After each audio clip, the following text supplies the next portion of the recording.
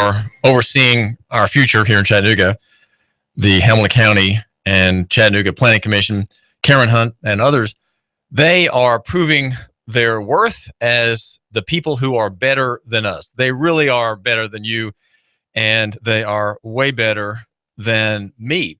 The story is about form-based coding. Form-based coding has been released as a draft for Chattanooga, certain parts of the city, North Shore, Riverfront, City Center, as we read Matt Pulford describing the plan in Nooga.com. And ML King and Southside neighborhoods are all going to be subject to this new law. This law, well, which is just a plan right now. It'll become an ordinance that will be adopted by the city government, very possibly, very likely, is for a new scheme of control, a scheme of control that has many attractive elements in it. And they're attractive because they account for local economy. Now, I say local economy shorn of the second word, which I usually attach to it, which is to say free markets, right? Local economy and free markets. That's the thing that you, my listener, care so much about.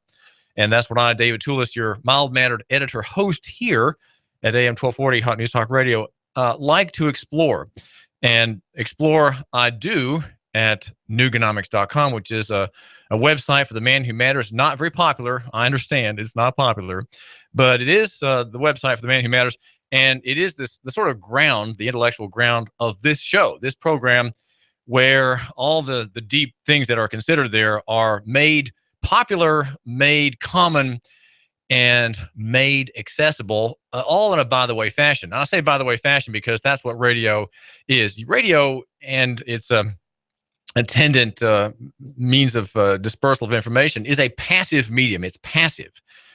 And by that, I mean, you can be driving your semi, you can be driving your police car, you can be the park ranger who listens to my show every day, and you're tootling about in your little electric vehicle and hoping it warms up sooner rather than later, and you are making your rounds there at the park. You're doing something else, and here radio is just coming in by the way. That's the way radio works, and it is lets you use that unoccupied 7% of your cranial area, not devoted to your employer or to your customer, right, or to your latest innovation, your latest idea.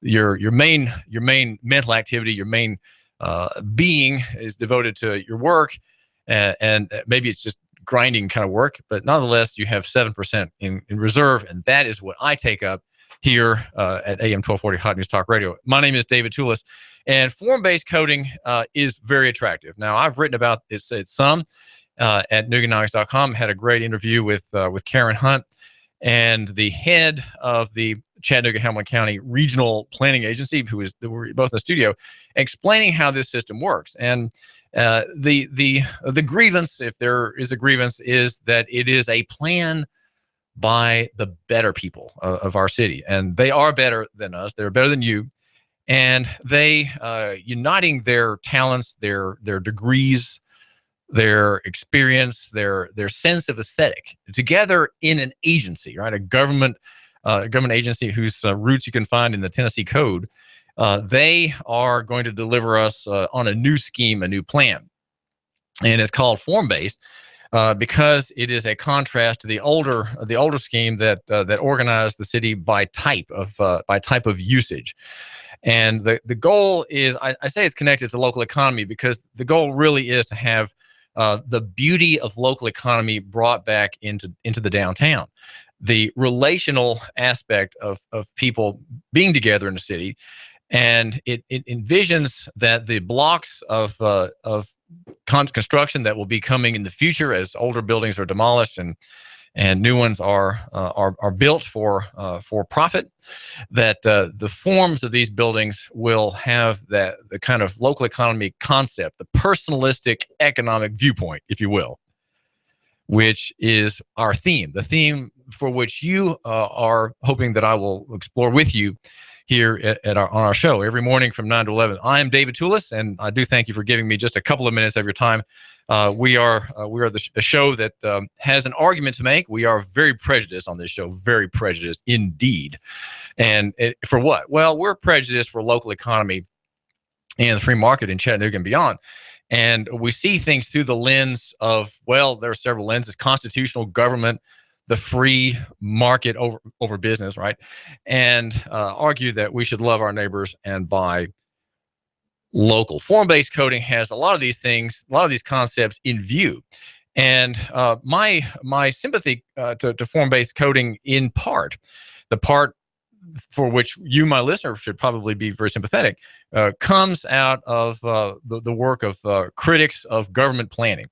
The chief critic of government planning and government organization of the world is Jane Jacobs. Her book, The Death and Life of Great American Cities, came out in 1962 or so, and is it's a wonderful study of New York and other cities, and how there's been a kind of breach between city governments and their peoples. And the breach has come, I would say, in Chattanooga, partly from the existing planning system, which I'm trying to remember now what I've published about the date of origin of that. But it is, 30, 40, 50 years old, and has brought a kind of deathliness to downtown and a deathliness to the way people build their structures.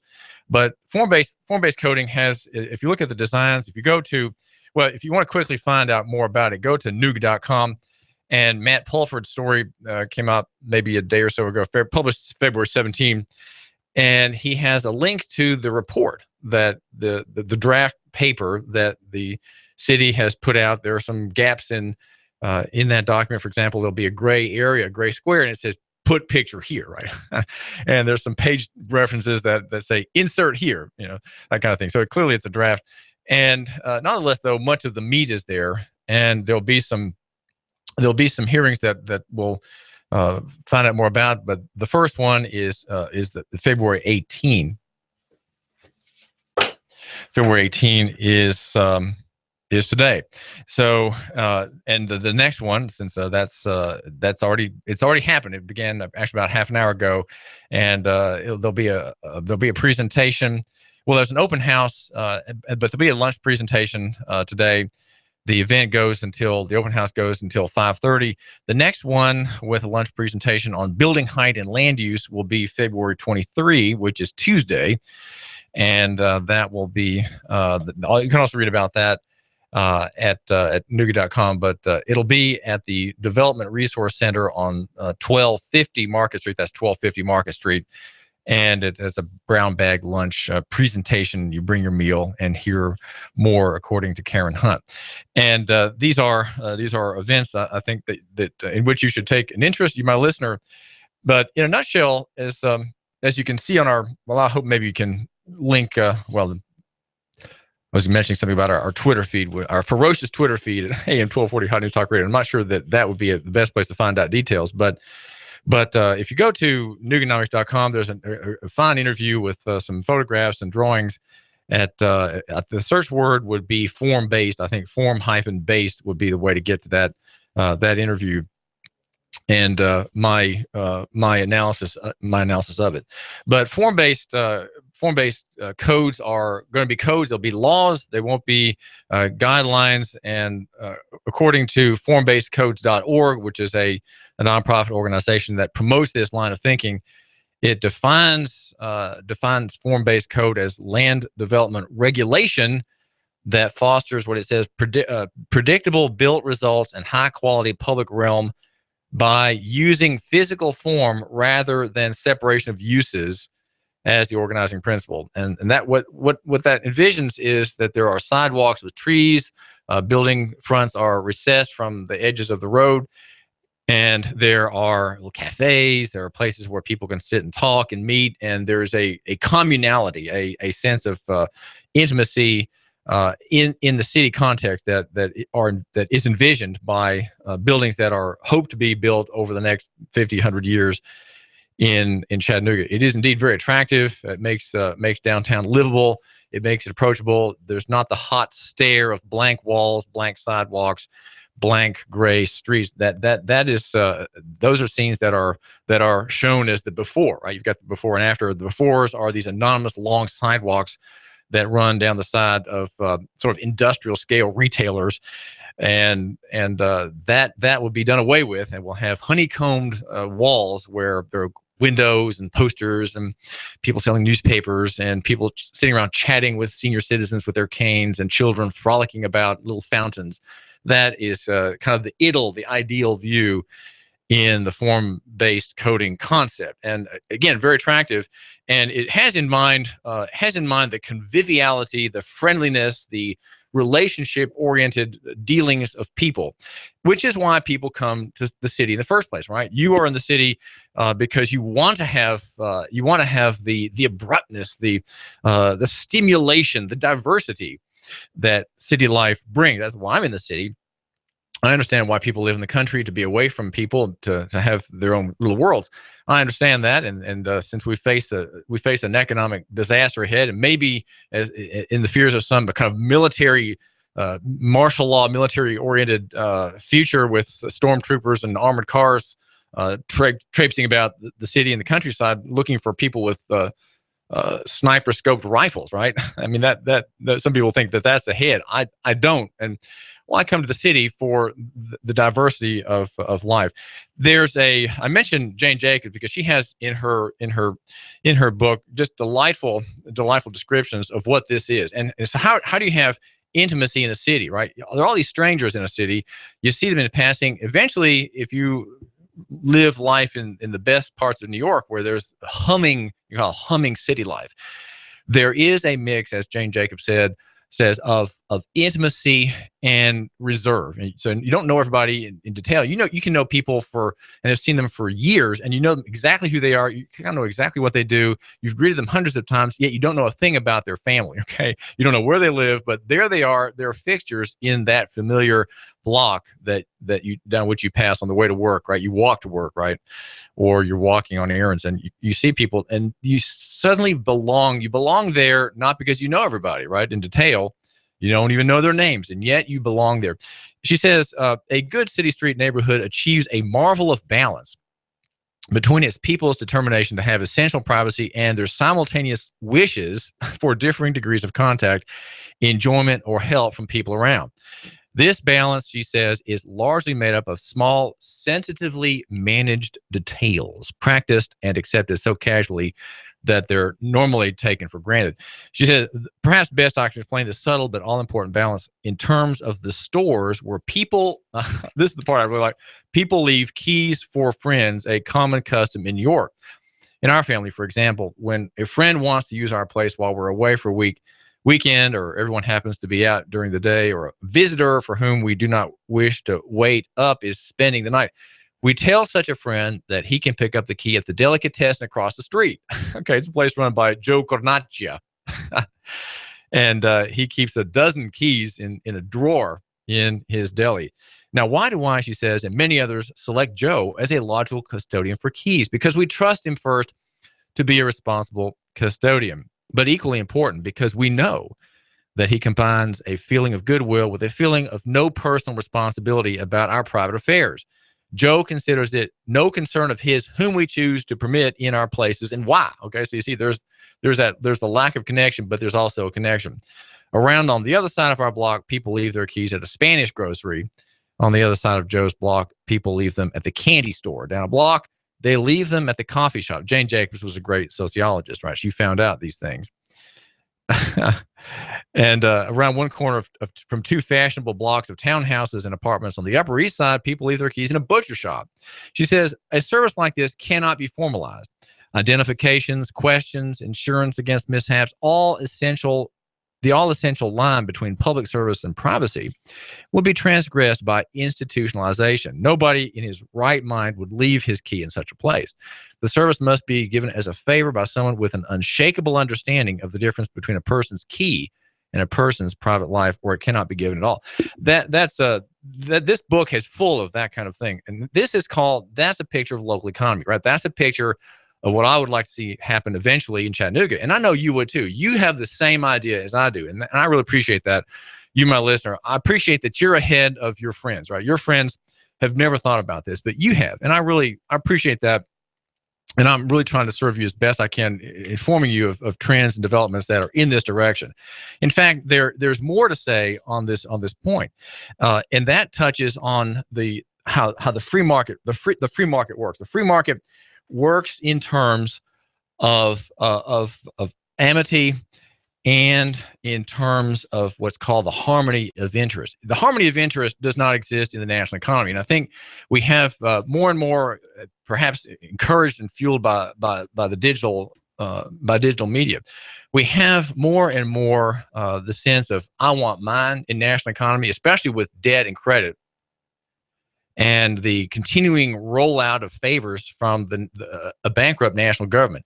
In other words, you have in the national economy, in the credit sector, even in the retail sector, the sort of artificial sector that in which the media helps define your desires, right? Define what's important for you, right? The sense is I want mine, and in the picture that form-based coding offers, and that Jane Jacobs offers in her work, there is something different, and it's the free market, and it's in the direction of let me serve you. Okay, so it's I want mine on one side, national economy, and local economy, which says let me serve you, and that's something that can happen in any city, right? You can have local economy in Manhattan, you can have local economy in Seattle, you can have it really anywhere, and there are all these fluid eddies and groupings and areas of town where one group of people all know each other, but they're completely strangers with another group of people a few blocks down, right? 2 or 3 blocks down, who all, in their case, know each other as well. And that's the life of the city. That's the life of, that's the exciting life where people stimulate each other, right? You get to know, you get to know your local Rastafarian, right? With his high regard of Haile Selassie, and you get to know your reformed prostitute. You get to know the mother with the 4 children, and she's now on her 4th boyfriend, and she's expecting, right? You get to know her and her situation. You get to know the old man who has stories about his days in the insurance business, and now what does he do? Well, he waits at the little box there at the end of those walkway guidelines to take your ticket, right? As you go into the movie theater to pay, take your ticket and watch the latest Star Wars movie. That old man there, he's in that area too. So you all know each other. That is a picture of local economy. And in fact, I would say that's a picture that cannot find stimulation in the progressive, well, we could say statist, if you want to be mean about it, okay? We could call it the statist or statist perspective, but we could call graciously the progressive theory espoused by Republicans and Democrats. Not a theory that you're going to find espoused, by the way, at P5 Preparedness, which is the prepper store here in Chattanooga on East Brainerd Road, the prepper store run by Seth and Duke Nukem, who is our host every Thursday at 11 here at AM 1240 Hot News Talk Radio. Great show, the Patriot Prepper Show, or should I say the Patriot Prepper Program. That's P3s, right? 3 Ps from P5, the Prepper Store here in Chattanooga. It's on East Brainerd Road. If you look for the Deuce and a Half Army truck, the big Army truck on the top of the hill, just about to roll down onto East Brainerd Road if the brake gives out. There it is. The store is just right near there. You can see it. It's on the right as you're heading out toward Appleton. And also, just by the way, since we're talking about military things, right? Have a little bit of a military life yourself. Have a military existence yourself, you, my listener. Now, I would suggest that would involve carrying a weapon. And if you want to carry a weapon under the state's statute, you can do so. You get a permit from the Department of Safety and Homeland Security. It's it could be $150 or so, $120. And then you take a class that's usually about $90, $100. Take that class at Carter Shooting Supply and Range. That's Carter Shooting Supply and Range. The Tennessee Handgun Permit class is there. Great rates on a membership, which gives you access to the range for any shooting you'd like to do. Take your children, take your wife, buy that pink 38 for her with the six chambered cylinder. She would love that, right? Get that at Carter Shooting Supply and any other good thing that you need. My name is David Tulis, and we've got a lot to get to today. I do thank you for letting me have a moment of your time. If it's going on in the Tennessee Valley, we like to say it's going on Hot News Talk Radio. And Russell, the news director, will be sure to inform you about latest developments. We're brought to you by Superior Air Systems. Superior Air Systems in the big orange vans that you'll find rumbling all around Chattanooga. and Hamilton County, Superior Air Systems. The number, write the number down, right? Have this in your phone for when you get that frantic call from your wife about the house being cold and things aren't working out in the backyard at the unit. 886-6602. That's Superior Air Systems, 886-6602. This is David Tulis. We are at the station of Sean Hannity and Colin Cowherd, the sports giant, the neocon giant, right, respectively. And at 7, Mike Gallagher. You give us 12 minutes and 40 seconds, we'll give you Chattanooga and the world. News Talk 1240. After a cold start with areas of fog, expect lots of sunshine to return for your Thursday. A beautiful afternoon. Highs back into the upper 50s. Tonight, lows into the mid and upper 30s. Sunshine even warmer Friday. Highs lower 60s. More clouds continued mild through Saturday. Stay toasty warm through this long winter with Dodge City Ski Shop, featuring long underwear, wool socks, and Columbia jackets to fit the entire family in all shapes and sizes. Dodge City, East Brainerd Road, Chattanooga. And I'm 1412 Chief Meteorologist Patrick Core. On AM 1240, Hot News Talk Radio. Are you prepared? Do you have an emergency plan? Do you have the skills and mindset to survive a disaster? Now is the time to come to P5 Preparedness. We offer preparedness classes, supplies, and over 30 years of combined knowledge. P5 Preparedness, located on East Brainerd Road between I-75 and Gun Barrel. Look for the big Army truck. Call us at 423-602-2175. Do not wait. You need to get prepared today. Nobody knows what tomorrow holds. Get the skills and supplies you need or die waiting for help. P5 Preparedness. Hello, I'm Mike Little, candidate for criminal court judge with 25 years of criminal court experience, which makes me the most qualified candidate. The experience I have gained from handling over 4,000 cases in state and federal court has equipped me with the ability to be fair, impartial, and independent. As your next criminal court judge, I will focus on keeping Hamilton County safe. I view this position as a public service and will strive to improve the daily operations of court. I humbly ask for your trust and vote in the March 1st Republican primary. Paid for by the committee to elect Mike Little, Barry Abbott, Treasurer. Sky Aerial Services uses advanced drone technology to give you a better perspective and depth of your property and project. We offer aerial photography and video for your business, farm, home, or advertising campaigns, as well as editing services to complete the experience. Call us at 423-521-0284 and see how we can help you tell your story about your business, property, or project. We work with real estate professionals, both commercial and residential, developers, engineer inspectors, surveyors, ad agencies, auto and boat dealers, mapping services, insurance inspectors, corporate marketing, charity events, weddings, and photographers. Our consultation is free. Call 423-521-0284. That's 423-521-0284, or visit our website, skyaerialservices.com. Sky Aerial Services. The sky is our limit. When the weather turns bad, turn to AM 1240 Hot News Talk Radio. On the net, hotnewstalkradio.com. Follow us on Twitter, YouTube, and Facebook. From the Hot News Talk Radio Weather Center. Chattanooga, we've got you covered. When the weather turns bad, the Tennessee Valley turns to Hot News Talk Radio. Go, go, go, go, go, go.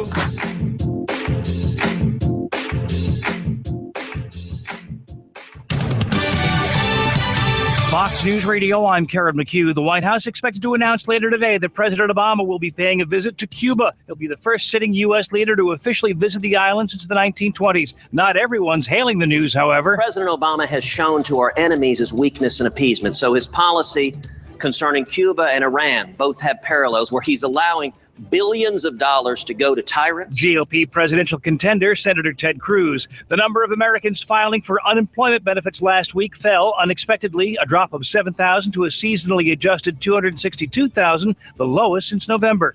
A Japanese automaker announcing a major recall. Toyota recalling almost 3 million of its RAV4. The seatbelts may break in a crash. The Japanese automaker saying RAV4s from almost a decade will be recalled. That is more than 1 million in the U.S. Fox's Alistair Wanklin, Fox News. We report, you decide.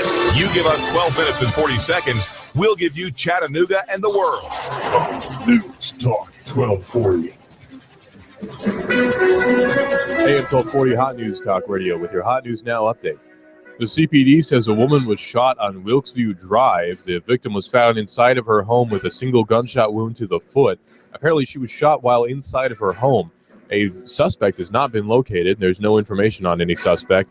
The victim didn't provide any information because apparently she couldn't see who shot her. She was taken to the hospital with non-life-threatening injuries. The Cleveland Board of Education hopes to have its next director of schools in place by early June. The previous director of schools, Dr. Martin Ringstaff, was fired on February the 5th for conduct unbecoming following revelations he exchanged sexually explicit social media messages with a woman who was not his wife. According to one school board member, the board is hoping to have screening and searching for candidates in March and April, and the board will be engaging with the finalists in May. And two businesses in Red Bank have gotten a 10-day beer license suspension for selling beer to minors during a sting operation by the Red Bank police. If it's going on in the Tennessee Valley, it's going on Hot News Talk Radio. You give us 12 minutes and 40 seconds, we'll give you Chattanooga and the world. News Talk 1240. Live from Chattanooga, Tennessee, it's Nooganomics with David Tulis.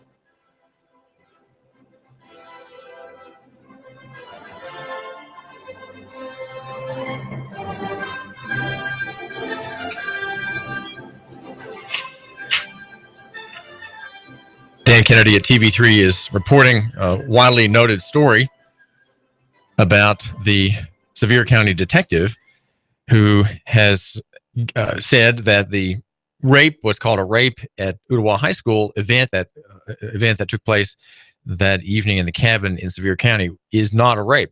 We're talking about Gatlinburg Police Detective Rodney Burns. And the question that has been raised by Neil Pinkston, the state's prosecutor, the district attorney, is that maybe there is perjury involved. But given the quotes I've read in the press, the Chattanooga Times Free Press quote, and that provided by Dan Kennedy at TV3, it seems to me that is really kind of a stretch. It might sound good to make an inquiry if there's perjury. You're always doing that, right? But but it seems to me that no, perjury is not in view here, because the statements that are of highest note, right, the statements that have the fiercest flame coming from them, if you will, are really interpretations. They're kind of interpretive statements. They're not statements of fact. Perjury does not apply when you make an erroneous analysis. For example, under oath, Burns said there was no rape, no torture, no screams of anguish. Now, there was no rape. That's a legal statement. No torture or screams of anguish. Those perhaps are in the nature of factual statements. In other words, was a scream reported when that boy was penetrated by the cue stick, and that's a factual statement. And if he heard no report of screams, well, then he can say there are no screams of anguish. There were no screams of anguish. Again, a fact-oriented statement that is based on his analysis, and he has no reason to lie about it, right? He has no reason to perjure himself. In his testimony, he also said, quoting again Dan Kennedy, the quote is Rodney Burns, the detective, "What this case actually is smaller than what it's been blown up to be.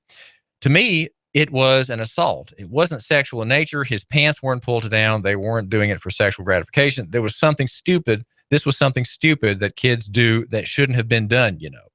Well, that doesn't seem to be really a matter of fact. He's not making statements of fact, reporting something to be true or false. He is simply giving an opinion. Now, you can't say that an opinion is perjury. You just can't. And he is being asked to explain things from the seat there. He's standing behind the oath, right? He made an oath, and he has already made that. He has held his hand up when he's giving this testimony. But it's not perjury. Perjury is when you say something is a matter of fact that is in fact not true, and and here's the crucial part, that you know is not true, and you make that statement with the intent to deceive. No detective, a hardened detective like Mr. Burns is going to be doing that. Okay, he's not going to be doing that. He has no interest to do that. He has no motivation to do that. He is simply reporting things that he heard as facts, and then he's giving his opinion. And sometimes that opinion includes a kind of legal interpretation, a legal understanding. Again, those are not perjurable areas. And again, perjury is when you know that a point of fact or a substantive statement of fact that is being presented under oath that is false, and you know it's false. The perjury is that you know, right? And that's why perjury convictions are very hard to get, because it's hard to prove what the man who spoke the words that are alleged to have been perjurous, what he knew. You can't prove what he knew, and you really have a hard time proving intent. Though perjury is a crime, it is a crime. The stories suggest, though, that this man is a real villain, and he can be villainous in his opinions, but what really matters is that he did a fair investigation and is here giving his report. So I don't think that Rodney Burns is a villain. I think he's giving his understanding, and he's being relied upon to investigate this case in another jurisdiction. Right? This is not in Hamilton County. It's far away on the other side of Knoxville. It's 2 hours away from here. My name is David Tulis. I do thank you for giving us a couple of minutes of your time. We are at AM 1240 Hot News Talk Radio. The show Binary is always on this station just after midnight on most days of the week. We've got some days when Russell yields the microphone we have shows that come periodically at 11 o'clock that we want to bring benefits to you. We also have Keon Rose every evening at 7 o'clock, just at the dinner hour. Your sports roundup with Keon Rose, our local guy, our local sports expert here at the station, which covers local economy and the free markets. And want to make sure that you know about Bruce Krebs. Bruce Krebs has Entrepreneur Hour, and it's a couple Thursdays, a couple Wednesdays away. Every other Wednesday, Bruce talks about entrepreneurship, often with Confederate Mike, and his business, which you need to know about, is called Entrepreneur Source, and he helps you find a franchise as you need to find. If you don't have the idea for your own business, you buy into somebody else's scheme and someone else's service with all the branding and all taken care of for you already. And Bruce is at Entrepreneur Source, and his phone number 875-5621, 875-5621. Call him now and find out how you can get $150,000 in operating capital for your business with your signature. Something really remarkable that Bruce understands, and he will give you all the details for that. By the way, we are members of Trade Bank of Chattanooga. Trade Bank, the smarter way to barter and to improve your cash flow. You buy and sell. These are B2B. These are B2B operations. You buy and sell with Trade Bank dollars by debit card. 877-2202 is the number, 877-2202. Here in Hickson, you'll be talking with Jürgen Mutz. He would love to talk with you about what Trade Bank can do for you. Hamilton County Smith Superintendent, we're told, might leave with an attractive pension and benefits. David Carroll at TV3 rounds it up for us. And if it were in the private sector, the figures would, of course, be much smaller, and the responsibility of the head, right, being less than Rick Smith's responsibility. But he will, David Carroll tells us that he will be leaving with a package, potentially hundreds of thousands of dollars of taxpayer money, all of which is collected not by treasury bonds or bonds, but by taxation. These dollars going to this high official of the elite, right? The elite leisure class will be coming from taxpayers. You don't own your land, right? You are just the renter of your property. The property tax check is due Feb 26. It'll be overdue on Feb 27, and that goes to pay these amazingly rich stipends for people such as Dr. Smith. Depending on what the board decides, he could potentially leave, David Carroll says, with hundreds of thousands. He says even in the worst case scenario, he is due to receive a handsome payout. He already is entitled to a sizable pension as well as cash payout for unused vacation and sick days. Having served 34 years in Hamilton County schools, he is eligible for an estimated annual pension of $90,000 to $100,000 with a lump sum payment of $171,000, a little bit more than that, in vacation pay, and $6,460 David Carroll reports, in sick leave pay. He's a man who goes to work every day and has sick pay built up in his behalf. And David points out that he might even become a double dipper.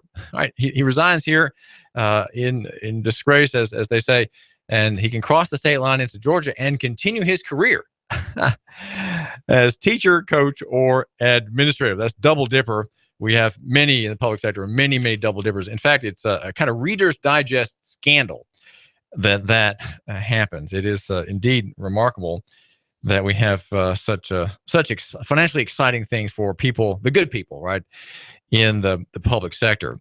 Now, there's a story that I wanted to, I don't quite know how to fit it in, but I ran out of time yesterday. And I was not able to tell you the good news, the good news about policing in the United States. The writer is at fee.org. Fee is the Foundation for Economic Education. It has a great magazine called The Freeman. And Daniel Beer is telling us that it is not dangerous to be a police officer. It is, in fact, much less dangerous than we have supposed. And historically, it has never been safer in the United States, Tennessee, and the other 49 nations that comprise this union to be a police officer. The most dangerous time for police by way of fatalities was during Prohibition, 1920 to 1933. Again, an era marked by a federal control of the marketplace through the constitutional ban on the consumption of alcohol. Indeed, a misguided scheme, if there ever was one, based on the Christian-based temperance movement, which again makes great mistakes about what the gospel says regarding wine and spirits. No matter, it had a very strongly religious motive, and the people were all convinced by the great evils of alcohol. And so there arose in that era the Cosa Nostra and many private cartels operating in the liquor trafficking business. And of course, the fighting them were the tax people, the FBI and others. Well, Daniel Beer relies on reports from several sources: the Officer Down Memorial Fund and the National Law Enforcement Officers Memorial Fund, the Bureau of Justice Statistics, and comes up with several charts that he draws, and pulling out, for example, firearms-related deaths of officers. The data show that 2015 was one of the safest years in American policing in history, both in absolute terms and adjusted for population. He says that the FBI also collects statistics on the number of police assaulted and injured each year, and these show dramatic declines in violence against police. In other words, cops are not just being saved more often, they're being attacked and injured less frequently, because you can look at the attacks statistics and then those another box of statistics showing assaults and injuries of officers per 100,000 in residence from 92. And this one set of graphics from 1992 to 2013. There's a wonk blog, the Washington Post, taking a long look at some of these details. Perhaps even more surprisingly, police aren't even the most likely occupation to be murdered. Right? Murder is, of course, lawless killing. These are the most vulnerable callings: taxi drivers and chauffeurs, more than twice as likely as cops to be murdered. It's safer to be a cop than to live in Baltimore. Okay, that sounds like a strange statement, but if you look at the death statistics, as he does, it is safer to be a cop than to live in Baltimore. It's safer to be a cop than to be a fisher, a logger, a pilot, a roofer, miner, a truck driver, or taxi driver, Daniel Beer says at fee.org. That's the free, the education Foundation for Economic Education.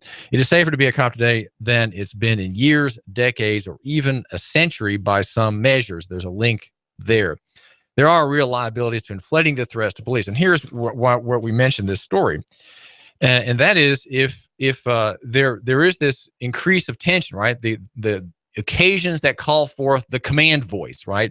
The occasions that call forth the hand, not just to reach the pistol or the taser, but to draw same and possibly aim same at the teenage girl on the street or the man with his hands in handcuffs lying on the ground, resisting, right? The man who's resisting, though he is on the ground and in cuffs.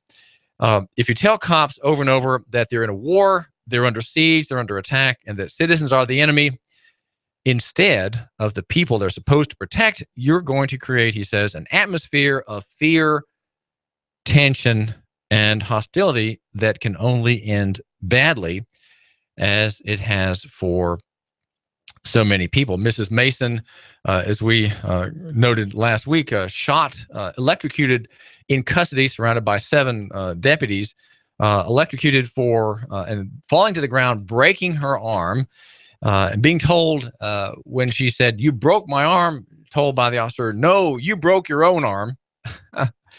The suit demanding more than $1 million by Robin Flores, the attorney. He has his offices over by Eric Pelton, the accountant, and by Advantage Printing, by the way, on Brainerd Road by the Food City there. And so we have a recalcitrant member of the public who needs, if anything, a little cajolery, right? Mrs. Mason needs a little bit free market, local economy approach. Win her over to your position, right? You don't have to, in demanding her earrings, right? You don't have to make a scene out of it. You don't have to make a military operation of electrocuting a woman who's nearly 70 years old and watching her topple to the floor and her arm being shattered. Almost as bad as the headline stories is this long-run deterioration of relations with the police. This writer says, more than anything else, cops need the cooperation and support of their communities to catch criminals. When cops start to treat citizens as the enemy, it's not surprising that the public stops viewing them, police, as their allies. And that is a growing problem. And what that means is that when people need support, they need protection, they need someone to intervene or to find someone who has attacked them or stolen from them or caused some property damage, that they call the cop. You call the cop, and do you want to end up being shot? Do you want your son ending up being shot or your dog? These are stories around the country. And so what we have to encourage is that Chief Fletcher, mindful of these developments, mindful of the national narrative, that he will encourage his officers, every one of them, especially the ones he knows are the bad ones, right? There are always a few bad ones, we're told. And they especially will receive his encouragement to respect the members of the public, to respect the constitutional rights that those people have, even if they don't know that they have them.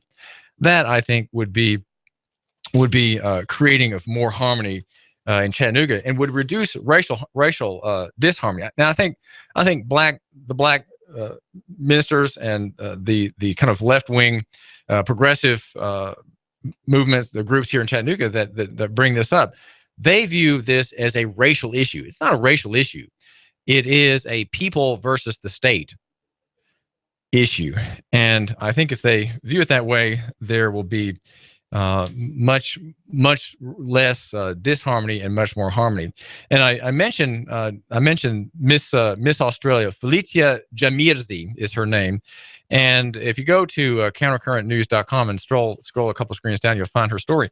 She's a beautiful woman who had her affections drawn toward a man involved, it is said by the police in Australia, with illegal activities, including the possession of a firearm, and also illegal drugs, meth, oil, and steroids, according to Queensland police. She's a model and a first-year law student, and she's also charged in a case. The case came about when a police officer raided the dwelling in which she and her beau were, and threw a grenade in her direction, and it blew up in her face. And so you see this beautiful woman. She has a nice figure. There's a photograph I have on our Twitter feed, shows her attractive chest area. And on the left side, on the right side, her horribly disfigured face. And she's holding, in another photograph, an inset photo, a burned hand. A hand burned, the flesh of it burned off by a police grenade. She's denying the charges, and her lawyer, Chris Ford, says police did not help her when she was injured, and paramedics did not show up for 40 minutes. So she was not rendered any kind of aid for her wounds. The police treated this like a military operation, Attorney Ford says, which was entirely unnecessary. There was a high level of both a physical and electronic surveillance. The police must have known my client was sleeping in a confined area when they tossed the stun grenade into her room. He said to the Courier Mail, police rode in like cowboys and nearly killed my patient. This happens all the time. This is a tremendous development, and we have to understand that it's a development not in favor of the free market. It is not in favor of the free market and local economy. And you could say it goes against the spirit. It goes against the spirit of form-based coding, which is all about local economy and relationships among people. Even Officer O'Roon, right, on his beat with his nightstick, looking to make sure that the security gates in front of the drugstores in the late night watches are secure and that no one has hacked into them. Even he needs to be understood as a guardian of the public, a safe guardian of the virgin, of the old woman, of the mom with the 4 children, 2 of whom are in a side-by-side. She deserves protection. Her husband, though he has a ponytail, though he has a beard, and though he has a turtleneck and a weird jacket and smells a little strange, even he, accompanying her on the stroll, deserves protection. And that is what we want to see. Well, this is David Tulis. We have high hopes for Chattanooga, for Hamilton County. And you, my listener, in your place, where your home is, in the place, the here in your breast, there too. We want what we have here and what we want here. I'm blowing everything up. We're starting over. I'm doing a new show. I want guys who push it to the middle of the table and go over the top. Take a risk, fail miserably. I'm right, and I'm not wrong, and I'll never back down. Conflict works. Allow it. It's The Herd with Colin Cowherd, right here and everywhere. Noon Eastern. You give us 12 minutes and 40 seconds, we'll give you Chattanooga and the world. News Talk 1240. I'm going to Carter Shooting Supply. Carter Shooting Supply. That's right, Carter Shooting Supply. They're having a great sale on all of their guns right now, and it's name brands like Smith & Wesson, Ruger, Springfield, their AR-15s. They've got the hottest gun in the land right now, the Sky 9mm. Man, it comes in all the cool colors. If you're an Alabama fan, they've got crimson. If you're a big orange fan, they've got an orange one. You know, all the women are loving the pink one and Tiffany blue.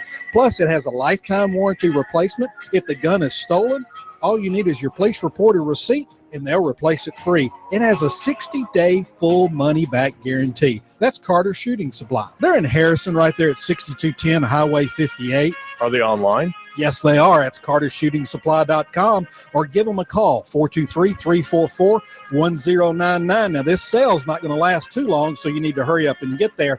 And they do have a great indoor shooting facility. You can get your Tennessee handgun carry permit also. That's Carter Shooting Supply, 423-344-1099.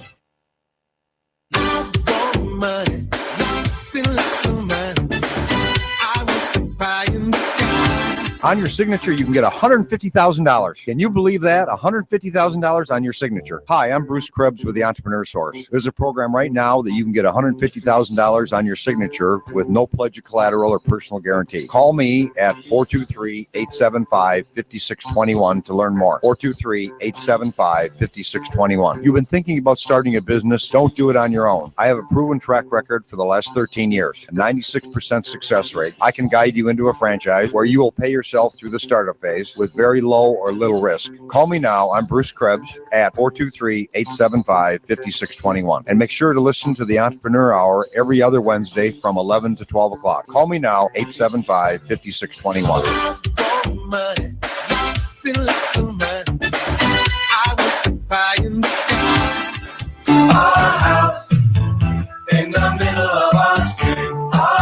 Hi, I'm I'm Sabrina with Sabrina Realty Associates. Now is a great time to sell your home. In our area, inventory is at an all-time low, which translates into higher sales prices. Call us today at 423-499-7780 to set up a free consultation and discuss our unique and aggressive marketing programs. We will provide you with a free market analysis to determine the right value of your home. Call us today at 423-499-7780 or visit our website at sabrinarealty.com. Our house in the middle of our street. Our house.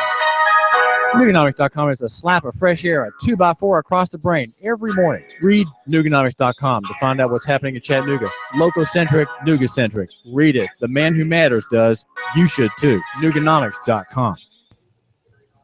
You need a place for your party or maybe a wedding reception for 100 or even more. Maybe you'd like to host a small trade show for your business and you need a very affordable venue. Are you looking for a place for your birthday gala or services to start up a church? Look no further than the Hidden Gem in Hickson. It's an overlooked, newly appointed reception hall right here in Hickson, Tennessee.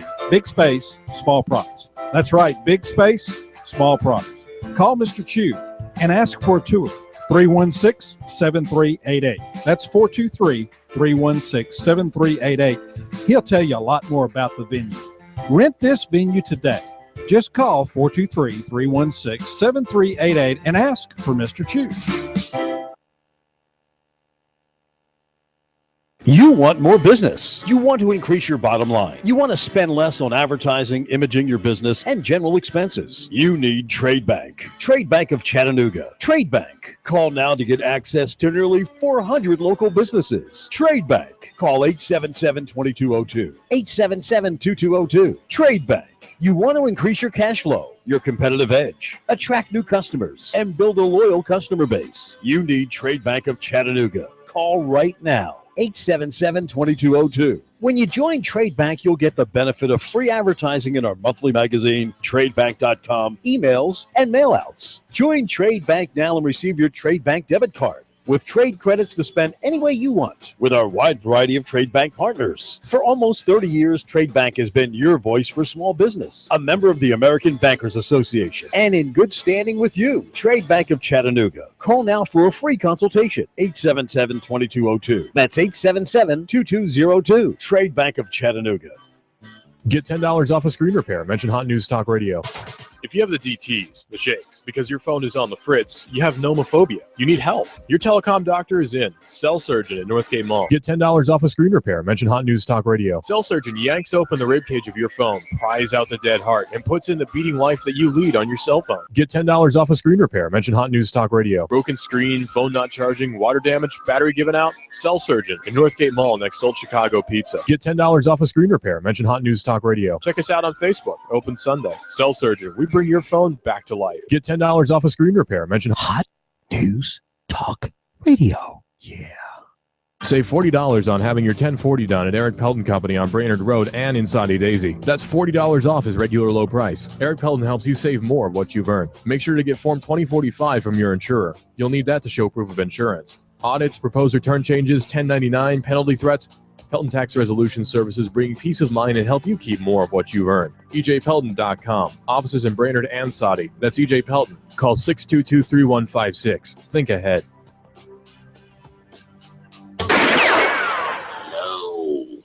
Charge! Get back there, you dang Yankee! Great horny toads! I'm up north! Gotta burn my boots. They touched Yankee soil. You give us 12 minutes and 40 seconds, we'll give you Chattanooga and the world. WSDT Saudi Daisy, Chattanooga. CBS News, I'm Frank Sedatani. It's official. President Obama will visit Cuba. CBS News White House correspondent Pam Coulter. The president revealed his historic travel plans in a morning tweet, saying he'll go to Cuba for 2 days next month and will meet with President Raul Castro. It'll be the first time a sitting U.S. president has set foot on the island in nearly 9 decades, and comes a little over a year after the two leaders announced they were restoring diplomatic ties. In his tweet, Mr. Obama said while the U.S. still has differences with Cuba, he will raise those issues, and his trip will advance efforts to improve the lives of Cubans. The president will be in Cuba March 21st and 22nd. President Obama will stop by the Supreme Court tomorrow to pay his respects to Antonin Scalia, but in what some critics see as a snub, he won't attend the funeral Saturday, sending Vice President Biden instead. Biden gave Minnesota Public Radio a hint about the kind of person the president will nominate to fill Scalia's vacant seat. He said it could be a moderate Senate Republicans have already confirmed. The president's not going to be able to go out, nor would it be his instinct anyway, to pick the most liberal jurist in the nation and put them on the court. Some Republicans say the president should allow his successor to make the appointment. The latest CBS News poll shows Donald Trump solidifying his lead over the rest of the Republican presidential field. He leads runner-up Ted Cruz 2-1. Quinnipiac pollster Tim Malloy says no Republican could beat Democrat Bernie Sanders if the election were held today. Sanders gets high marks for honesty and caring. He does fall short of Clinton and Trump on leadership, but those from-the-gut issues that people connect with, he's doing beautifully. He beats everybody. The United Nations plans to airdrop food to civilians trapped by the fighting between government and rebel forces in Syria. UN official Jan Egeland says trucks have been delivering aid in some areas. It's only a first step, because the main task of Access work here is to reach all of the millions of people in hard-to-reach areas. A Los Angeles hospital's kidnapped computer system is up and running again. CBS's Carter Evans tells us how Hollywood Presbyterian got the system back. A source familiar with the investigation tells CBS News the hospital paid the nearly $17,000 ransom to take back control before contacting law enforcement. In a statement, the president of the hospital said the quickest and most efficient way to restore our systems was to pay the ransom. Getting into a jam in high school could keep you from getting into college. Hundreds of colleges use a common application form that asks students to disclose if they got into trouble in high school. But federal statistics show minority students are disproportionately suspended and arrested at higher rates than whites. So today, advocates are asking for the discipline question to be removed. Others say in an era of school shootings and terrorism, colleges need to weigh that information when they're deciding whom to accept. Heather Bosch, CBS News. The Dow Industrials are up 4 points in early trading. This is CBS News. I'm Nick Soboleski, a Select Quote agent with a true story that could save you hundreds of dollars a year. A woman named Linda just called. Her husband, Ray, has a $300,000 group life insurance policy, but is changing jobs and can't take it with him. Well, I impartially shopped the highly rated term life insurance companies we represent and found Ray, who is 41 and takes medication to control his cholesterol, a 10-year, $500,000 policy for under $26 a month. That's almost twice the coverage for less than half of what he had paid. If SelectQuote hasn't shopped for your life insurance, you're probably paying too much. For your free quote, call 1-800-457-1337. That's 1-800-457-1337. 1-800-457-1337. Or go to SelectQuote.com. We shop, you save. Get full details on the example policy at SelectQuote.com/commercials. Your price can vary depending on your health, issuing company, and other factors not available in all states. One of the world's leading academic institutions is under fire. CBS's Larry Miller has the story from London. The British government has ordered Oxford University to crack down on anti-Semitism on campus. The head of one political group resigned, saying many members have problems with Jews. A campaign of harassment was directed at one female student who was called a filthy Zionist. The group supports Hamas and sang a song called Rockets Over Tel Aviv. It also spoke of an international Jewish conspiracy. Oxford says it won't tolerate anti-Semitism or racism. Larry Miller, CBS News, London. ABC Entertainment President Paul Lee is leaving the network. He'll be replaced by Channing Dungey. She'll be the first African-American to run a broadcasting network. 2015 was a banner year for Florida tourism. A preliminary estimate puts the number of people who visited last year at 105 million. The previous record was 98.5 million. Frank Sedapani, CBS News. Are you paying too much for term life? News Talk 1240. After a cold start with areas of fog, expect lots of sunshine to return for your Thursday. A beautiful afternoon. Highs back into the upper 50s. Tonight, lows into the mid and upper 30s. Sunshine even warmer Friday. Highs lower 60s. More clouds continued mild through Saturday. Stay toasty warm through this long winter with Dodge City Ski Shop, featuring long underwear, wool socks, and Columbia jackets to fit the entire family in all shapes and sizes. Dodge City, East Brainerd Road, Chattanooga. And I'm 1412 Chief Meteorologist Patrick Core. On AM 1240, Hot News Talk Radio. You give us 12 minutes and 40 seconds, we'll give you Chattanooga and the world. News Talk 1240. Live from Chattanooga, Tennessee, it's Nooganomics with David Tulis. I was reading a lengthy report by John Whitehead, the constitutional attorney, about the people versus the police state, and his topic was the domain of the judges, the federal high court judges. The subhead effectively is the struggle for justice in the Supreme Court. And at the very end, he makes a kind of local economy argument. After he's discussed some of the other judges that are a judge, well, at least one judge named as a possible replacement for Antonin Scalia, the jurist who died under very, very suspicious circumstances. He refers to Circuit Judge Srinivas of the D.C. Court of Appeals and cites his defense of an arrest of a man standing silently in front of the high court, wearing a sign protesting the police state on a snowy day when no one was in the plaza except him. And the rationale, quote, allowing demonstrations directed at the court on the court's own front terrace would tend to yield the opposite impression, that of a court engaged with and potentially vulnerable to outside entreaties by the public. And he cites Delia Lithwick, another writer, who talks about the court being increasingly cloistered and rejecting Ruth Bader Ginsburg's Scalia's opera-going buddy increasingly seems to revel in rather than downplay her status as a liberal icon. Kennedy spends recesses guest teaching law school courses in Salzburg. So the court is isolated. But the little local economy tidbit in the way of advice, this is how Whitehead does it. He's full of gloom and doom, just is constantly very negative about the future. And I think he's probably right. But then at the very end, after pages of very fine analysis, we have the solution. Okay, the solution, which is what you, my listener, want to hear about. What are the solutions to centralization in the judiciary where you have an absolutist court? Even Scalia was part of that. Even Scalia helped build the federal police state. He was not outside of that labor. He was not against that success in the end. He was not against it. But what does this attorney suggest in the way of local change and local justice? If you want a revolution, start small, he says, in your own backyard, and the impact will trickle up. And when I read this citation from him, I'm thinking about Arthur J. Hirsch in Lawrenceburg. This is a tremendous story. You won't find out about it in any media outlet in Tennessee except at Nooganomics.com. That is the website that has covered this remarkable trial. And the man behind the appeal has the argument to overturn the administrative state if the high court wants to have that done. If the high court, now in the hand of the executive branch, has enough wherewithal to say, the executive branch has overstepped in fundamental way for decades, since at least 1936, and we are going to save the people. That's what you have to appeal to the higher calling of the high court.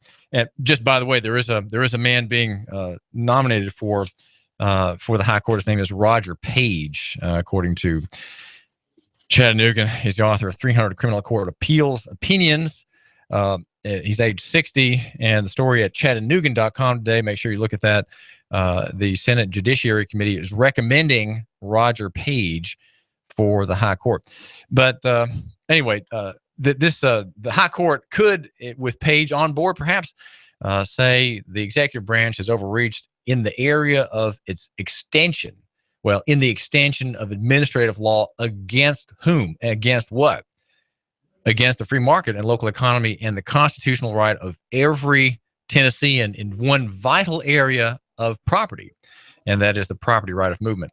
And so this defendant, thinking in terms of local economy, thinking in terms of his own rights, and not yielding his rights at all.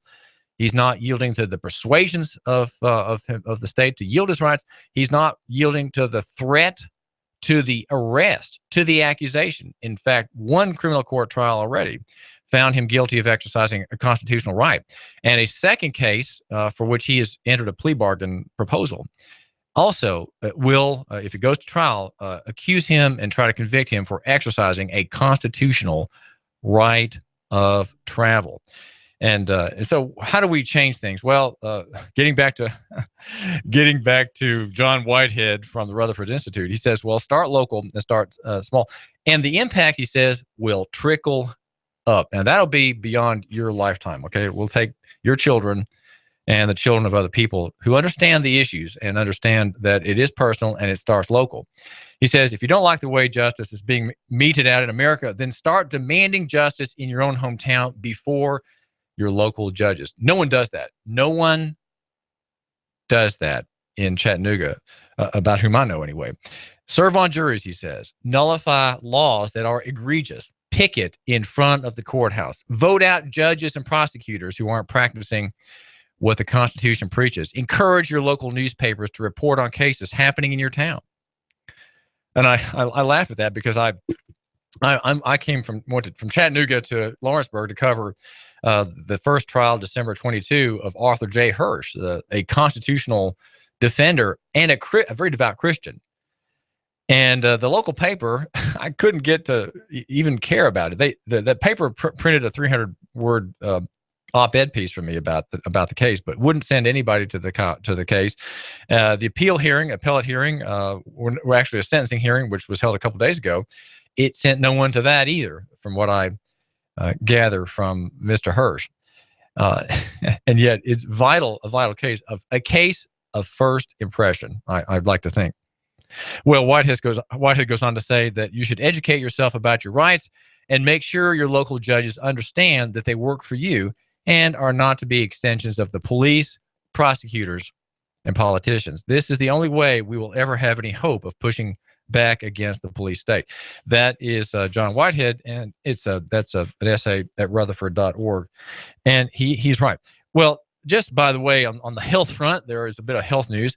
The story on TV3 by Kelly McCarthy about the local Alzheimer's Association traveling for 2 hours to spend 5 minutes at a podium in front of Tennessee legislators. They are wanting some recognition, maybe some favor.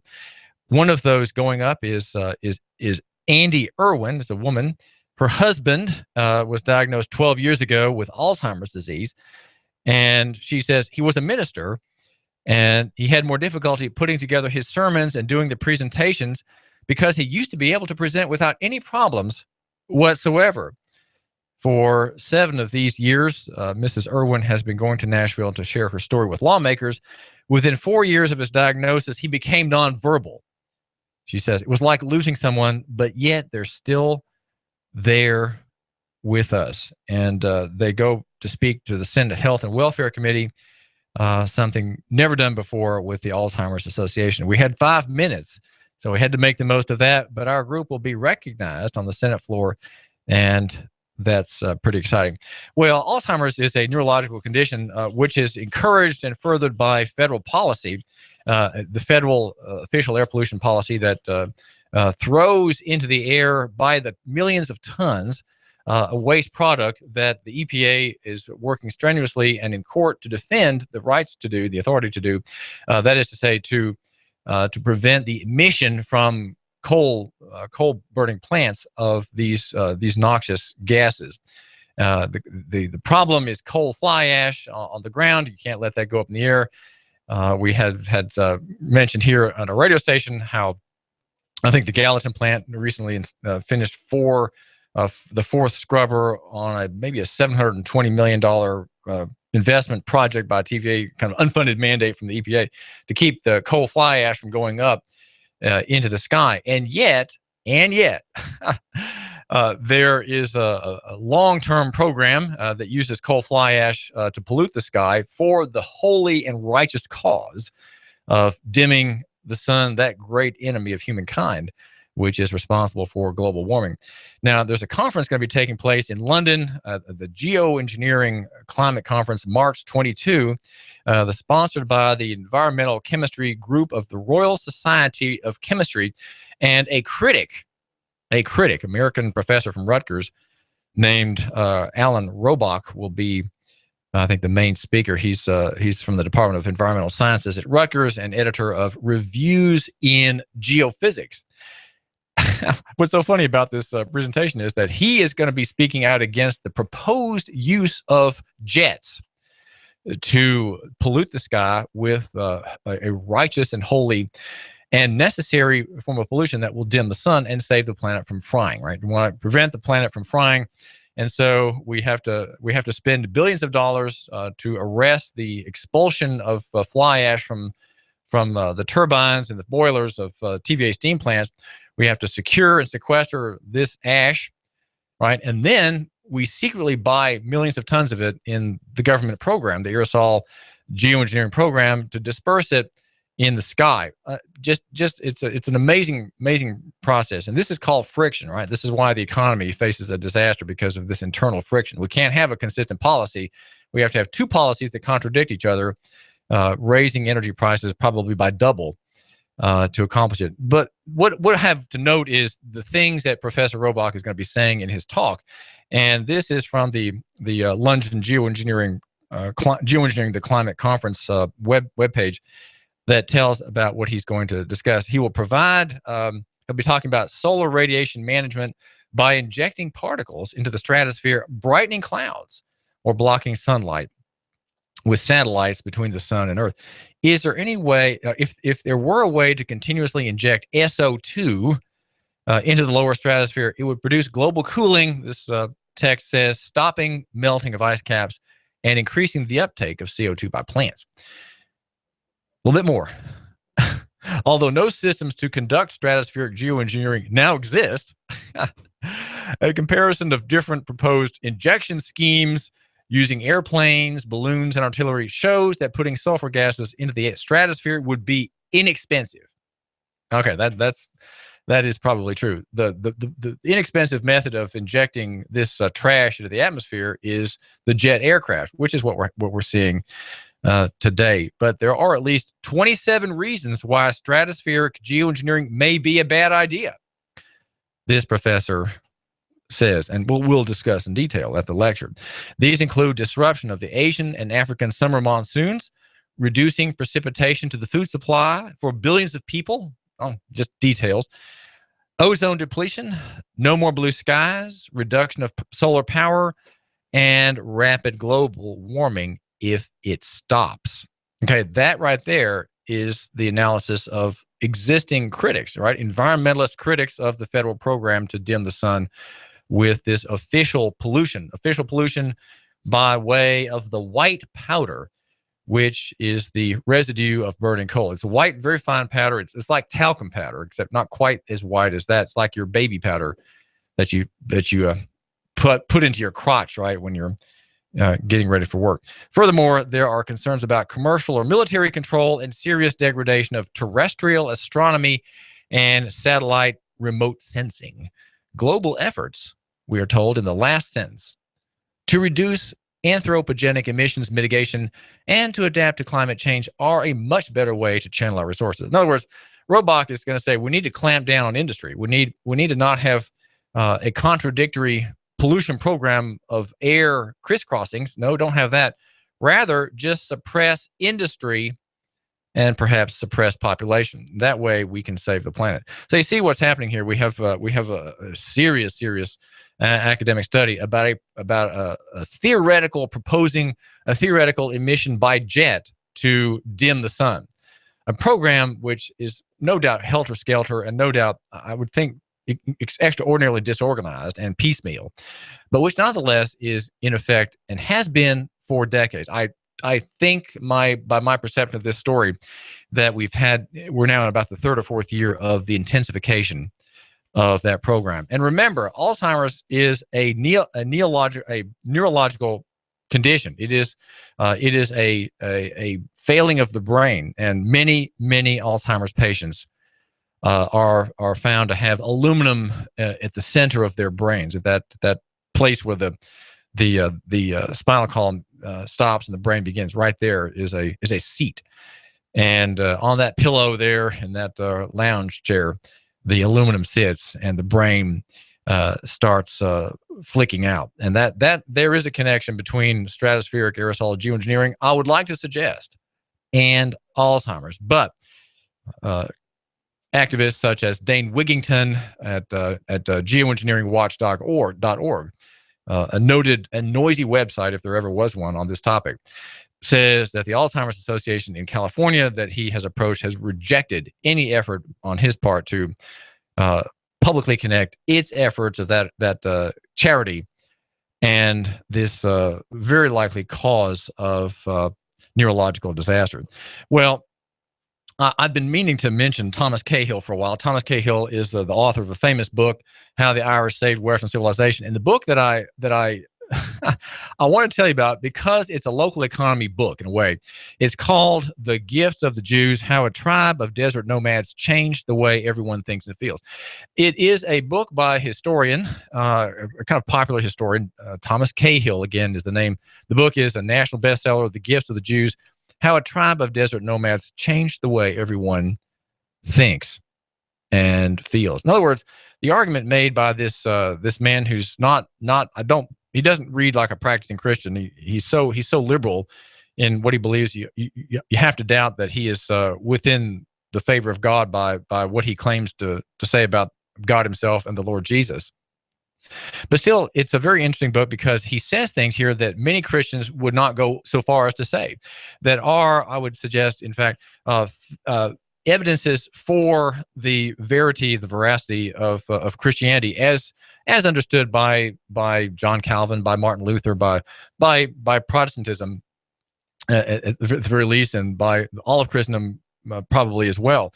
And the reason I say that he makes the argument for local economy in this history of the Jews and the implications of the Israelite way of thinking is that he has in view the same ideals that Jane Jacobs has in view in her book about American cities, and that even, let me connect this even further, even the form-based zoning theory has in view, and it's something that you might say, well, how does the history of the Jews connect with form-based zoning? It sounds kind of like a reach. Well, it is a reach. Okay, I admit it, but I have been wanting to tell you about this book and to encourage you to read it. The last chapter is the one where I have all my markers. You see, I'm holding it up here for the viewer on YouTube. We are on YouTube, by the way. David Tulis is my name, and our station is AM. That's right, AM, amplified modulation, AM 1240. Hot News Talk Radio. And I'm here from 9 to 11 every morning. I'm the editor of Nooganomics.com, the website for the man who matters. Yes, that's it. Nooganomics.com. Well, in the last chapter of this book, there is a kind of summary of what the Israelites brought to humanity, and they brought to humanity what we have to understand are things that are typical of the modern era, right? The things that we account are just part of the landscape are really new in the 8,000 years of humankind. They are new things. They are novelties. They are extremely new, and they come because of the work of Christ. First through the tribes, the 12 tribes of Israel, and then through Israel, through Jacob, and then through the Lord Jesus Christ, who died for the sins of his people, which were not just the Israelites, but people who would be given grace to believe in the one true God from the beginning of time to the end, right? Those who are ahead of us and those who are already mere bones in the ground, those people. And the story is about this way of thinking. And he says, you're going to have, please let me just read a few lines out of this book because you will see what I'm saying.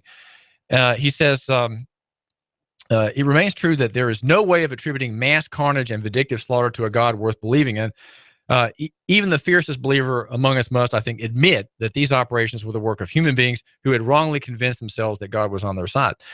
He goes on to say, we can, however, believe that the experience on which this story is based is inspired, that the evolution of Jewish consciousness taking place as it did over so many centuries was animated and kept warm by the breath of God.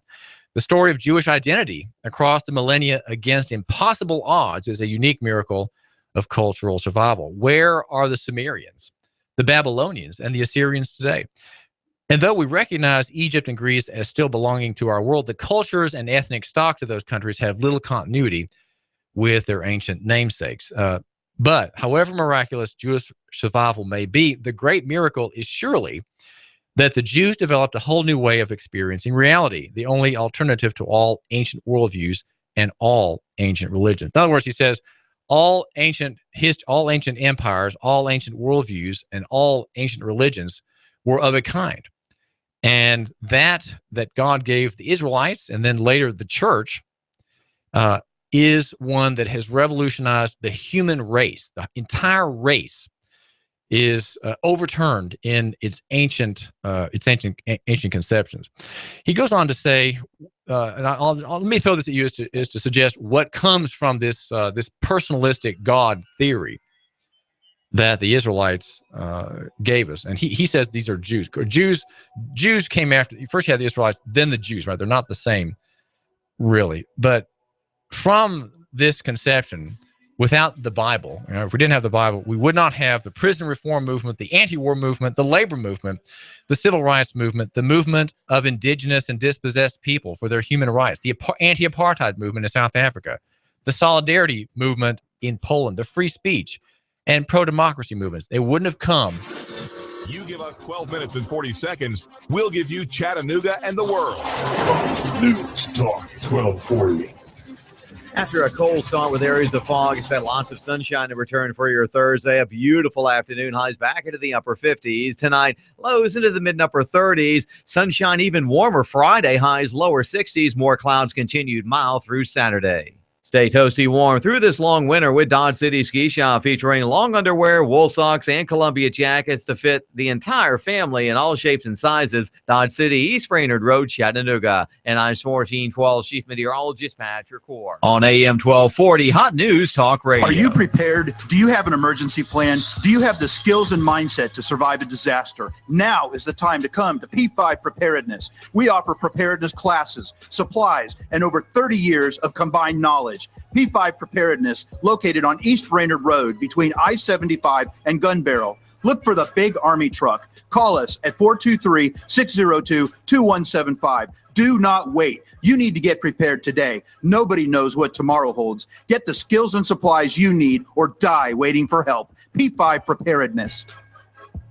Hello, I'm Mike Little, candidate for criminal court judge with 25 years of criminal court experience, which makes me the most qualified candidate. The experience I have gained from handling over 4,000 cases in state and federal court has equipped me with the ability to be fair, impartial, and independent. As your next criminal court judge, I will focus on keeping Hamilton County safe. I view this position as a public service and will strive to improve the daily operation of the court. I humbly ask for your trust and vote in the March 1st Republican primary. Paid for by the committee to elect Mike Little. Barry Abbott, Treasurer. Sky Aerial Services uses advanced drone technology to give you a better perspective and depth of your property and project. We offer aerial photography and video for your business, farm, home, or advertising campaigns, as well as editing services to complete the experience. Call us at 423-521-0284 and see how we can help you tell your story about your business, property, or project. We work with real estate professionals, both commercial and residential, developers, engineer inspectors, surveyors, ad agencies, auto and boat dealers, mapping services, insurance inspectors, corporate marketing, charity events, weddings, and photographers. Our consultation is free. Call 423-521-0284. That's 423-521-0284, or visit our website, skyaerialservices.com. Sky Aerial Services. The sky is our limit. When the weather turns bad, turn to AM 1240 Hot News Talk Radio. On the net, hotnewstalkradio.com. Follow us on Twitter, YouTube, and Facebook. From the Hot News Talk Radio Weather Center. Chattanooga, we've got you covered. When the weather turns bad, the Tennessee Valley turns to Hot News Talk Radio. Go, go, go, go, go, go.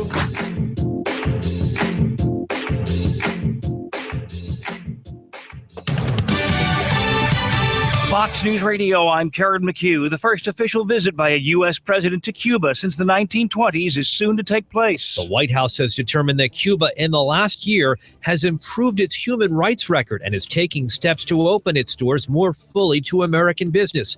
But critics, including Republican presidential candidate Ted Cruz, a Cuban American, argue that Cuba remains an oppressive regime. Fox's John Decker. The White House says the trip will happen March 21st and 22nd, and that President Obama will meet with President Raul Castro. To stay or not to stay, the Brits will soon decide whether they should leave the EU. Ahead of a referendum here in Britain on quitting the EU, British Prime Minister David Cameron attending a summit with the leaders of the other 27 member states to discuss a package of reforms he's proposing, covering issues ranging from immigration to economic governance. Fox's Simon Owen, Fox News. We report You give us 12 minutes and 40 seconds, we'll give you Chattanooga and the world. News Talk 1240. AM 1240 Hot News Talk Radio with your Hot News Now update. The CPD says a woman was shot on Wilkesview Drive. The victim was found inside of her home with a single gunshot wound to the foot. Apparently, she was shot while inside of her home. A suspect has not been located. There's no information on any suspect. The victim didn't provide any information because apparently she couldn't see who shot her. She was taken to the hospital with non-life-threatening injuries. The Cleveland Board of Education hopes to have its next director of schools in place by early June. The previous director of schools, Dr. Martin Ringstaff, was fired on February the 5th for conduct unbecoming following revelations he exchanged sexually explicit social media messages with a woman who was not his wife. According to one school board member, the board is hoping to have screening and searching for candidates in March and April, and the board will be engaging with the finalists in May. And two businesses in Red Bank have gotten a 10-day beer license suspension for selling beer to minors during a sting operation by the Red Bank police. If it's going on in the Tennessee Valley, it's going on Hot News Talk Radio. You give us 12 minutes and 40 seconds, we'll give you Chattanooga and the world. News Talk 1240. Live from Chattanooga, Tennessee, it's Nooganomics with David Tulis.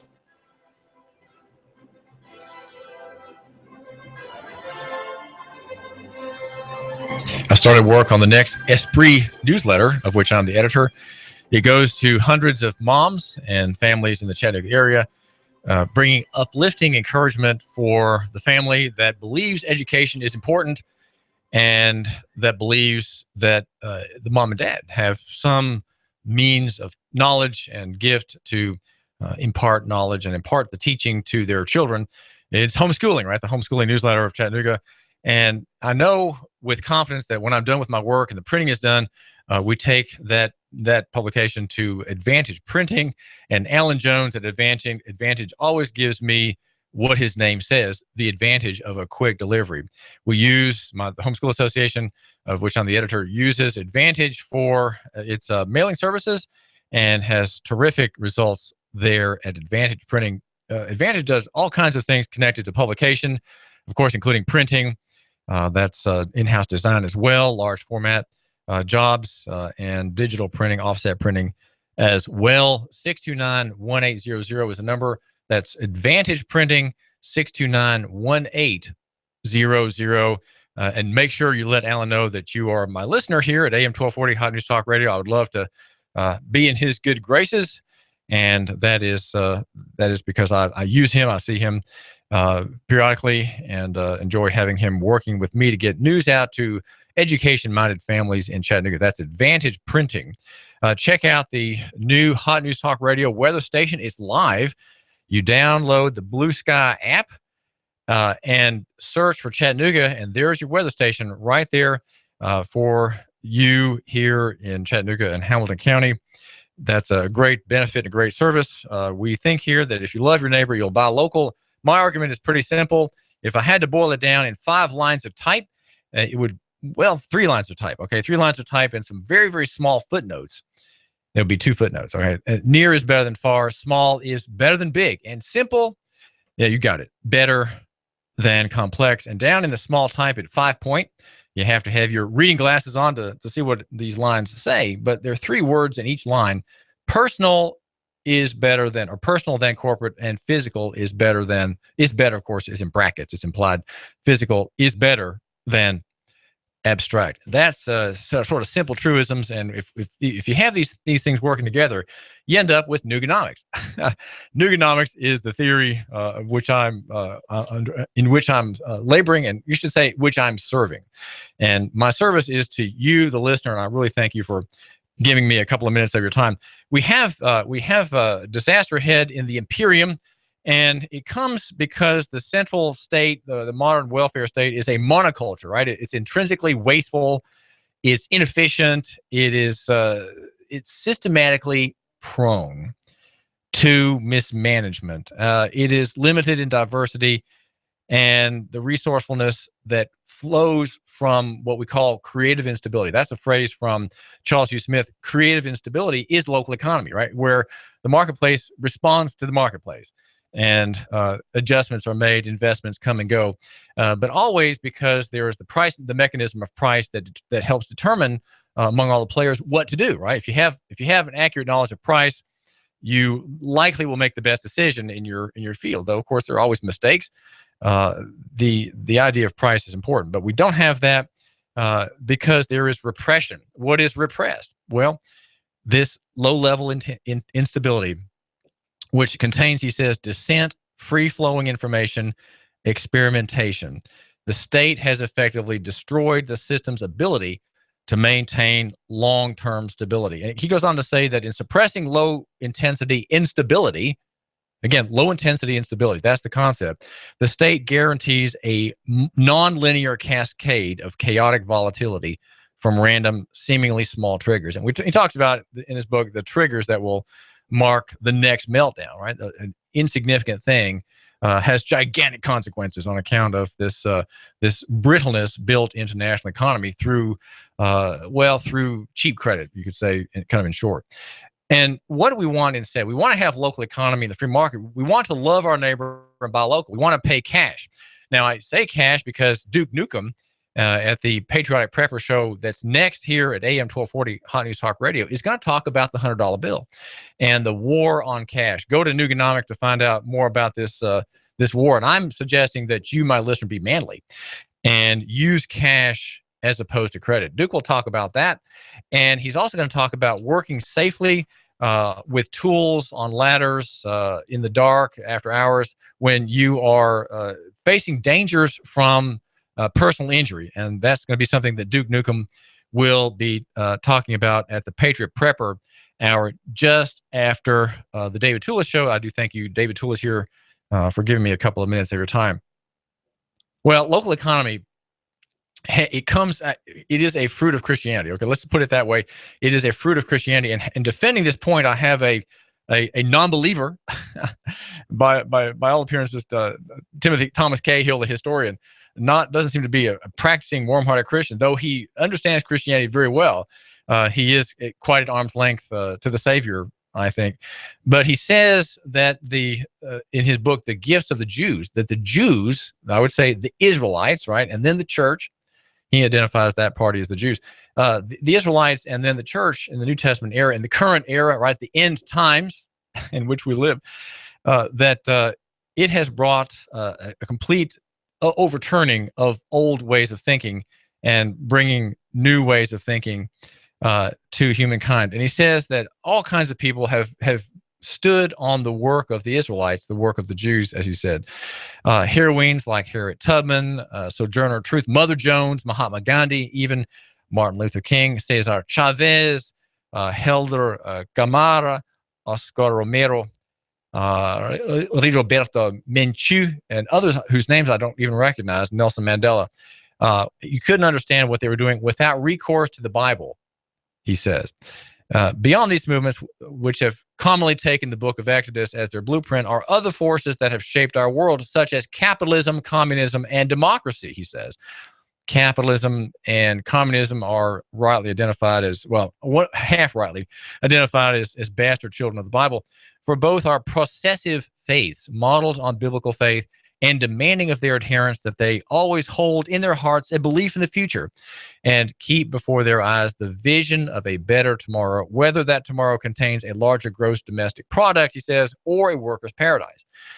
And he's saying that these things are possible only because the Jews, the Israelites first, and as I would amend what he says, the church later, after the resurrection. The church has brought a way of thinking that has liberated humankind.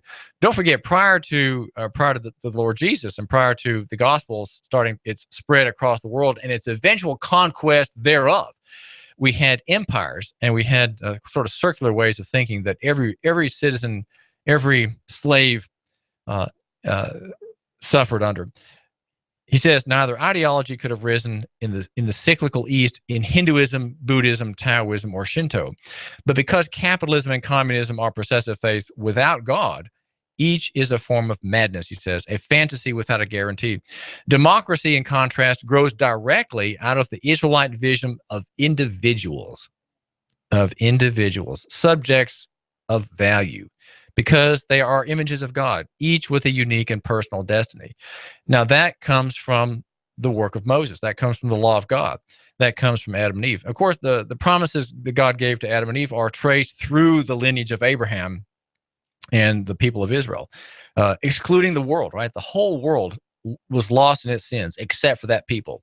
And they developed the human dynamic that we enjoy today. In fact, we don't even see this human dynamic anymore, Cahill says, because it's so familiar. We can't think of there being any other way than what he says we inherited from the Jews. And he goes on to say that he goes on to say this. To me, at least, the most satisfying way to read the Bible is to see it as a collection of varied documents. Okay, bringing, let's see, different stages of development, but capable of bringing us at last to a processive personalist faith in a completely mysterious God. As Martin Buber pointed out so beautifully, it is in saying thou to God that I can say I, and it is in saying I, thou, that other thous become real. In other words, Christianity, the gospel, because it says thou to God, lets us say I and thou to others. Now, we can accept other people as creatures of God, right? Made in God's image. And people do that even though they're pagans, right? Even though they're Buddhists, they can say that very thing. He says, we are the undeserving recipients of this history of the Jews. This long, excessive, miraculous development of ethical monotheism, without which our ideas of equality and personalism are unlikely ever to have come into being, and surely would never have matured in the way that they have. This was the necessary evolution. But since it cannot be proven that God exists, it can hardly be shown that he spoke to Abraham, Moshe, or Isaiah. Each reader must decide, here's the lostness of this soul coming out in his type. Each reader must decide if the voice that spoke to the patriarchs and prophets speaks to him too. Of course, he doesn't believe in God's grace or God's election. But he talks about the cyclical world that came prior to and that surrounded the Israelites in their sojourn in history. Time which had a beginning must also have an end. He says unbelievers might wish to stop for a moment and consider how completely God, this Jewish God of justice and compassion, undergirds all our values, and that it is just possible that human effort without this God is doomed to certain failure. Doomed to certain failure. Humanity's most extravagant dreams are articulated by the Jewish prophets. In Isaiah's vision, true faith is no longer confined to one nation, but all the nations stream to the house of Yahweh, that he may teach us his ways, and that we may learn to beat our swords into plowshares. He's quoting the scriptures at that point. All who share this outrageous dreams of universal brotherhood, peace, and justice, who dream the dreams and see the visions of the great prophets, must bring themselves to contemplate, he says, to contemplate the possibility that without God, there is no justice. And this writer is Thomas Cahill is I believe a lost soul given all the evidences in this book, but he's making a point. I think that even people who are practicing Christians, people right, practicing Christians, have not thought about, and that is that the revelation upon one people, limited to one race of one man and his 12 sons, who became a race of people. It became a nation which was then destroyed. That experience, that revelation to that one set of tribes, and then the whole world, right, through the resurrection of the God-man Jesus Christ, that has changed the whole world. Now, what's working against this operation is all that we see around us, right? The modern news cycle is full of people who disbelieve this overturning of human dullness, this individualization of the mass, right? That's what's happened with Christianity. That's what happened with the Israelites. Think of this for a second. Think of in the Bible how there are many stories of common people who are actually named. That was never done. Ancient literature never named common people ever. But you had the midwives, right? The Pharaoh is not named by Moses in that narrative, but the midwife, she's named, right? Her name is recorded in history, and that's because God counts the individual as important, and Christianity teaches that very thing, that the individual is important to God, that the universe is totally personal, a totally personal universe exists, and you're in it. You, my listener, who haven't been to church in 15 years. And you barely remember the name of your Sunday school teacher when you were 14. That God who was taught there, right, is still in charge and who holds everything in place every moment of every day. God intends the world to hold in place. Every atom connects with every other atom, and the sandwich in your bag is the same sandwich, more or less, that you put there this morning when you buttered that bread and put the peanut butter on the raisin bread as I did, right? That sandwich is there. And when I go to eat lunch after my show, it's held there by God, by the providence of God. God holds everything together. And it's the Lord Jesus Christ, according to Christianity, which is doing that work. He is holding the world in place, the stars in their place, your enemy at the office, right? God's holding him in his place, and God is giving him a bit of indigestion today. You'll have to think about him. And the bombs that fall from the American drone blowing up a family in Iraq, God is holding all those elements in that warhead together until that warhead explodes. All those things are part of God's providence, right? The good and the evil alike, part of God's providence. Well, because we have this understanding, I would like to suggest where does local economy and the free market fit in this kind of unusual analysis? Well, it comes in here. There is in local economy, in the practice of local economy, and in the David Tulis theory of same, right, at Nooganomics.com and elsewhere, there is the theory of the harmony of interest, and that comes in this way.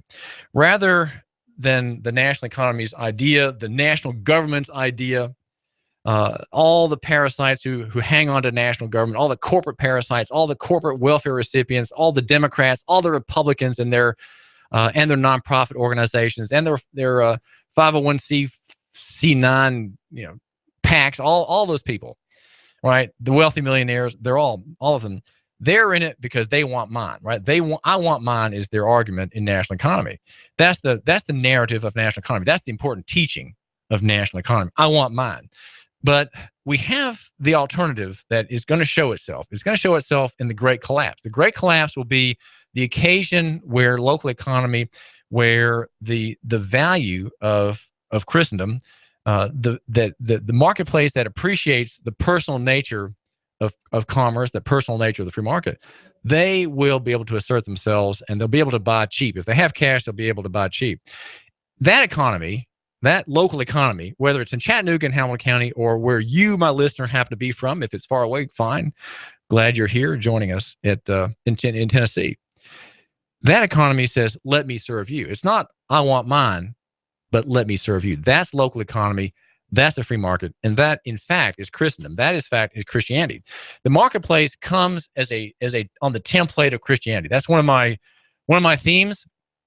And sometimes I remember actually to tell you, my new listener, about this theme, and that is that capitalism, free market capitalism, is based on the template of the gospel that we have traced for us in the book, the history of the Israelites, and then the history of the church universal, the nation within the nation, right? The people within the peoples, the procession of the saints. The idea of the harmony of interest is that it opposes the old imperial theories, which see everything as threat and conflict. And that, of course, is the theory of the Democratic Party and the Republican Party. There's threat, there's conflict, and we need to take sides. And we need to make peace, right? And these parties and their friends believe that the peace that Christianity promises coming by grace, these political parties, these political interests say that peace can only be brought by force. And we need to have a tyranny to impose peace. We need to have totalitarianism. We need to have a benevolent, omnipotent state to iron out all these conflicts, to make things friendly and agreeable. We need to pass rules. You know, the whole politically correct movement rejects the biblical argument. It rejects the argument of the Jews, as Thomas Cahill says. Though it's interesting that many of these politically correct people are in fact Jewish. They claim Jewish ancestry and so on, and they come from that, you know, Bernie Sanders, he's a Jewish person with Jewish upbringing. He wants to bring this about, not by grace, which his purported people rejected, right?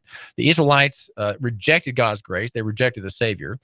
And what do they have to rely on? Well, they have their Jewish theory of demanding everything. I can't summarize it real quickly here, but in a way it says, from every man his due, and to every man his need. That's the kind of shorthand. That is a free market concept, but the Jewish voter, the Jewish activist, sees he's given up grace, right? So he's got to have force to make that happen, and so he depends on the welfare state that Bernie Sanders and Mr. Bush are partisans of. They agree that the welfare state, the total state, has to be brought about. Goodness has to be brought about by its administrations. And you don't believe that, do you? You are a skeptic of this point. Well, there's more to say, but there are arguments for the other side, and I don't have occasion here to tell you what they are. There are arguments for the progressive sense, but let's just say in short that they don't prevail in your mind. They wouldn't prevail in your mind as against the power of local economy and the free market. Again, grace, cooperation, the harmony of interest. That's what we have. And we need to have, again, harmony of interest. We need to have decentralized political order, a decentralized economic order. And that won't come about until the great reckoning knocks at the door of the good people and their banks and their regulatory agencies, their 80 regulatory agencies. Well, this is David Tulis. I do thank you for giving me a couple of minutes of your time. I've got some things I want you to hear. Hang on. I'm blowing everything up. We're starting over. I'm doing a new show. I want guys who push it to the middle of the table and go over the top. Take a risk, fail miserably. I'm right, and I'm not wrong, and I'll never back down. Conflict works. Allow it. It's The Herd with Colin Cowherd, right here and everywhere. Noon Eastern. You give us 12 minutes and 40 seconds, we'll give you Chattanooga and the world. News Talk 1240. I'm going to Carter Shooting Supply.